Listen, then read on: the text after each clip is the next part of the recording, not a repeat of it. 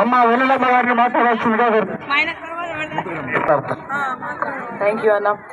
జై తెలంగాణ, జై తెలంగాణ, జోహార్ తెలంగాణ అమరవీరులకు, జోహార్ తెలంగాణ అమరవీరులకు. జై కాంగ్రెస్, జై జై కాంగ్రెస్. ముందుగా పెద్దలు మన మెగారెడ్డి అన్న గారికి ప్రత్యేకంగా వందనాలు. అట్లాగే మన వనపర్తి వార్డ్ 5 ప్రజలందరికీ, అక్కలు, అన్నలు, అమ్మలు, తమ్ముళ్ళు అందరికీ, మీ అందరికీ జై కాంగ్రెస్, అందరికీ వందనాలు. మన తెలంగాణ ఎన్నో కష్టాలు నుంచి సాధించుకున్నాము, ఎన్నో త్యాగాలు చేసి మన తెలంగాణ సాధించుకున్నాము. దొరల పాలన నుంచి మన తెలంగాణ విముక్తి చేసుకున్న తర్వాత మళ్ళా ఒక్కసారి దొరలకే అప్పచెప్పినందుకు మనం చాలా చింతించి మరొక్కసారి మన కాంగ్రెస్ పార్టీ ఆధ్వర్యంలో ఆ దొర గడిలను అసెంబ్లీ ఎదురుగా పలగొట్టి 2 ఏళ్లుగా ప్రజాపాలన చేస్తున్న మన కాంగ్రెస్ పార్టీ ఆధ్వర్యంలో ఈ ప్రజాపాలనను ముందుకు తీసుకుపోవాలి. ఇంకా రానున్న 8 ఏళ్ళలో కూడా మన ప్రజాపాలనను మనము సక్సెస్ఫుల్గా ముందుకు తీసుకుపోయి మన ప్రజా రాజ్యాన్ని మనము వర్ధిల్లో చేయాలంటే ఖచ్చితంగా మన కాంగ్రెస్ జెండాకే మన ఓటు వేసి మన ప్రజాపాలనను ముందుకు తీసుకుపోవాలని నేను మిమ్మల్ని కోరుతున్నాను. ఇక్కడ మన మెగారెడ్డి అన్న గారు గత 2 ఏళ్లుగా ఎన్నో ప్రభుత్వ సంక్షేమ పథకాలను ఇక్కడ అమలు చేస్తూ వచ్చారు. ముందుగా చూస్తుంటే మనకు డ్రైనేజ్ పనులు చేశారు, నీళ్ళ పనులు చేశారు, అట్లాగే అభివృద్ధి కార్యక్రమాలు ఎన్నో ఫండ్స్ శాంక్షన్ చేస్తూ తీసుకొచ్చారు. అట్లాగే రానున్న తరుణంలో కూడా ఇక్కడ చిన్న చిన్న సమస్యల నుంచి పెద్ద సమస్యలు కూడా తీర్చడానికి మెగారెడ్డి అన్న గారు ఇక్కడ ముందు ఉన్నారు. అట్లాగే మన వనపర్తి ఇక్కడ వార్డ్ 5 వెంకటేష్ అన్న, 18 జయానంద్ అన్న, 19 LIC కృష్ణన్న గారు, 20 పాకంటి కృష్ణన్న గారు, 17 వార్డ్ నంబర్లో బషీర్ అన్న గారిని మనము ముక్తకంఠంగా గెలిపించి మన ప్రజారాజ్యాన్ని ముందుకు తీసుకుపోవాలని కోరుతున్నాం. ముందుగా మన భారతదేశంలో స్త్రీలంటేనే చిన్న చూపు, కానీ ఈరోజు నేను ఇక్కడ నిలబడి మాట్లాడుతున్నాను, మీరు ఇక్కడ ఉన్నారంటే మన భారత రాజ్యాంగమే ముఖ్య కారణం. ఆ భారత రాజ్యాంగాన్ని ముప్పులో ఉంది. బీజేపీ BRS కలిపి ఒక్కొక్క పేజీని చించేస్తూ ఉంది.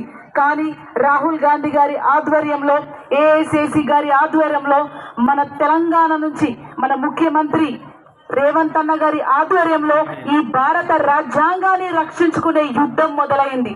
అందుకే ఈ యుద్ధానిలో మనం భాగం కావాలంటే మన కాంగ్రెస్ పార్టీ నాయకులను గెలిపించి మన భారత రాజ్యాంగాన్ని రక్షించుకోవాలని మీ అందరినీ కోరుతున్నాను.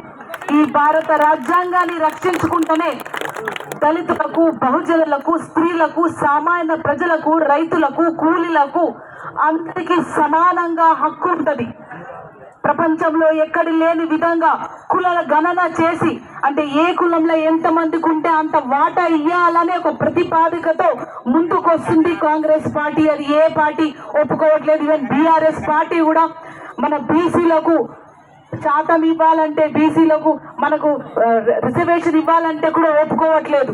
కానీ మన కాంగ్రెస్ పార్టీ ఆధ్వర్యంలో బీసీలకు పెద్దపీట వేసి, అన్ని కులాలకు సమానంగా పెద్దపీట వేసి ముందెళ్తున్నాం.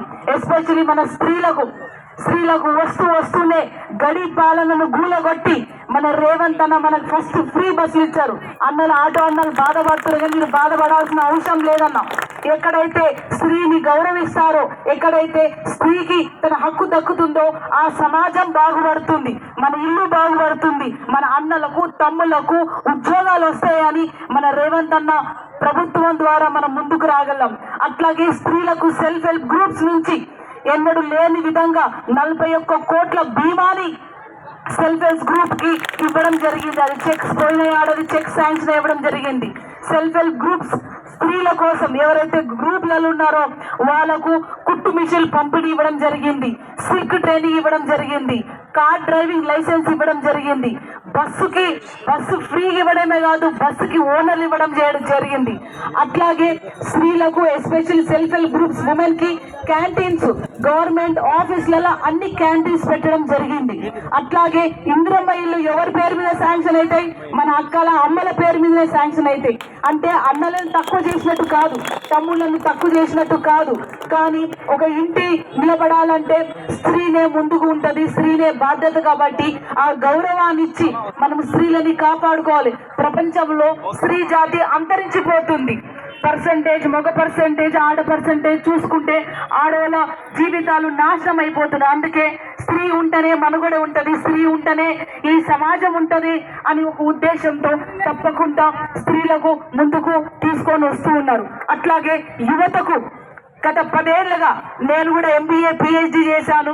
ఉస్మానియా నుంచి PhD చేసి ఉస్మానియాలో నాకు ఉద్యోగం కావాలని ఎంతో ఆశలు కలలు కన్నాను. కానీ ఆ ఉద్యోగం రాలే. ఎందుకంటే 10 ఏళ్లుగా నోటిఫికేషన్ ఇవ్వడాలి. అది ఉస్మానియా యూనివర్సిటీలో కాదు, ఏ ప్రభుత్వ ఉద్యోగాలు కూడా నోటిఫికేషన్ ఇవ్వకుండా ఉద్యమాల్లో పనిచేసిన ఎంతో మంది అన్నలకు తమ్ముళ్లకు వాళ్ళ బతుకులు నాశనం అయిపోయాయి. అంటే ఆల్మోస్ట్ ఒక 2 డెకేడ్లు కంప్లీట్ ఒక డెకేడ్ చదువుకున్న నాలాంటి వాళ్ళకు ఉద్యోగాలు లేవు. కానీ మన కాంగ్రెస్ పార్టీ వచ్చిన తర్వాత గత 2 ఏళ్లుగా ఉద్యోగాలు ఇస్తూనే ఉంది. అట్లాగే రైతు బంధు, రైతు భరోసా కూడా ఇప్పుడు మొన్న లాస్ట్ ఇయర్ రిలీజ్ చేసింది. ఇప్పుడు మరొక్కసారి రిలీజ్ చేస్తారు. రైతులకు, కూలీలకు, ఉద్యోగాలకు. అలా IT సెక్టర్ చూస్తుంటే గత 10 ఏళ్లుగా లేని ప్రాజెక్ట్స్ ని మనము ఇక్కడ హైదరాబాద్ కును ఫ్యూచర్ సిటీకి తీసుకొచ్చే ప్రతిపాదకన ITని కూడా అభివృద్ధి చేసే బాటలో ముందుకెళ్తున్నాయి. ఒక్కొక్కటి మాటలతో కోటలు కట్టే ప్రభుత్వం కాదు కాంగ్రెస్ పార్టీ. పని త్రూయే ఈ యుద్ధాన్ని గెలుస్తాం. ప్రజల్లో ఉండి యుద్ధాన్ని గెలుస్తాం.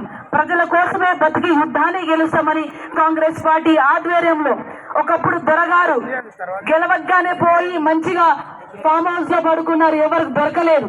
కానీ గెలిచిన రోజు నుంచి కాంగ్రెస్ పార్టీ ఆధ్వర్యంలో మన ముఖ్యమంత్రి రేవంత్ అన్న గారే కాదు, మన మెగారెడ్డి అన్నగారు, ప్రతి ఒక్క ఎమ్మెల్యే, ప్రతి ఒక్క మినిస్టర్, నాలాంటి చిన్న కార్పొరేషన్ చైర్పర్సన్స్ కూడా ప్రతి నిత్యం 24 గంటలు తిరుగుతూనే ఉన్నాం, పనిచేస్తూనే ఉన్నాం. 2 ఏళ్లుగా ప్రజల మధ్యలోనే ఉన్నాం. సో కాంగ్రెస్ పార్టీ ప్రజల పార్టీ. కాంగ్రెస్ పార్టీ ప్రజల కోసమే స్థాపించబడింది.